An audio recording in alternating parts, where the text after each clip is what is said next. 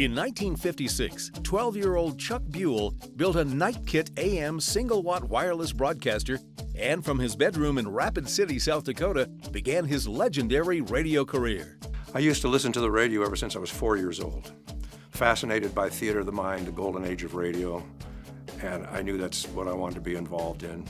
By the time I got into 6th grade, I was hanging out at a radio station, becoming what was known as a gopher. By the time I was in 9th grade, I was doing my own on-air radio show.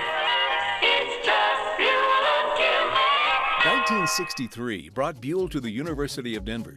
He enrolled in business administration and looked for work in radio. Within a year, he'd be the afternoon drive jock on Denver's biggest station, 95 KIMN.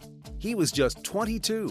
Glenn Bell, program director of KIMN, he sent me a letter and said, I would be very interested in you being our weekend guy, and we'll pay you $2 an hour. Are you interested? A change in program directors gave Chuck another opportunity. New PD Ted Atkins had a request. Hey, listen, I'd like you to do afternoons for a while. So I did that. I think that lasted a month. When he came to me and he said, I think we found our afternoon guy. Rod and Anna Walker, Featherbone Talking on the Chuck Buell Show 3 weeks in a row. Survey song #1 in Colorado, Mr. Robert Parker. He was involved in legendary KIMN promotions that mattered to the growing audience.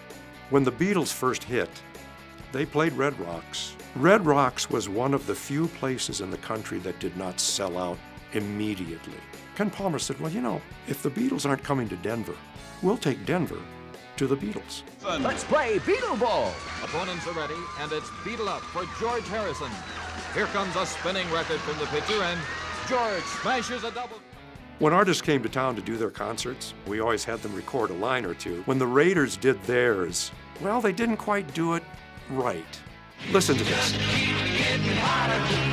You'll always hear our newest recording first on the station that's first, and it is this. You better get straight. And this is it. And I was there for about 4 years. ABC called and said, we'd like you to come and do nights at our flagship, O&O WLS. Sing Old Lang Syne together New Year's Eve at the Big 89 WLS. He did nights for a few years, then afternoons, and became WLS music director. He helped break a number of hit records by then unknown artists. The record promotion guy, representing Rod Stewart, who had just left Faces, and he wanted to be a solo artist. They brought in a song called A Reason to Believe. Well, what I did in those days after the guys left is I'd always flip a record over just for fun, see what's on the other side. I flipped his song over, and there was a song on that side that just knocked me out. And it's a song about an older woman in a relationship with a younger man, and her name is Maggie May. I put the record on. Boy, did I get a phone call from the record company about that. I said, well, I'm really sorry, but I said, you know, this is a hit record. I'm going to stick with it. Wake up, Maggie, I think I got something to say to you. It became Rod Stewart's first big hit, a million seller, and it goes without saying it's his signature song today. In 1978, he had another opportunity. At one time, Kim was going to have one of the reunions. Steve Keeney called.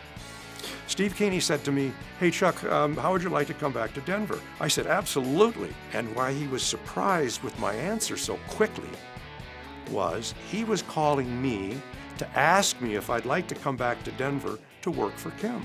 Chuck, in my estimation, was, I think without exception, the smoothest, most professional, among the most intelligent radio personalities with whom I'd ever been involved.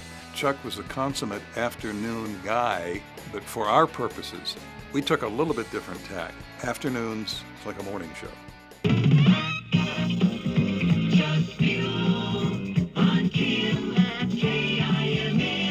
He came back never missing a beat. Buell would helm KIMN's lineup for the next 5 years. Clock here with Chuck Buell at KIMN as we head home and close out a week. See, a lot of things went on in this day as I was looking back. He also hosted a nationally syndicated oldies show.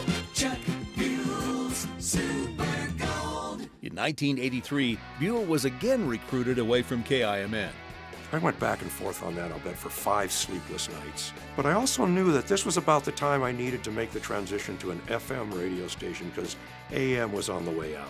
At Y108, he led a high-energy morning show. Having Buell join the new station gave them instant credibility and a recognizable, relatable talent. In 1986, Buell left for St. Louis to do mornings and later host a talk show on KMOX. He'd work in other markets before returning to Denver for a third time. He continues to do voice work to this day. We are proud to welcome Chuck Buell into the Broadcast Pioneers of Colorado Hall of Fame.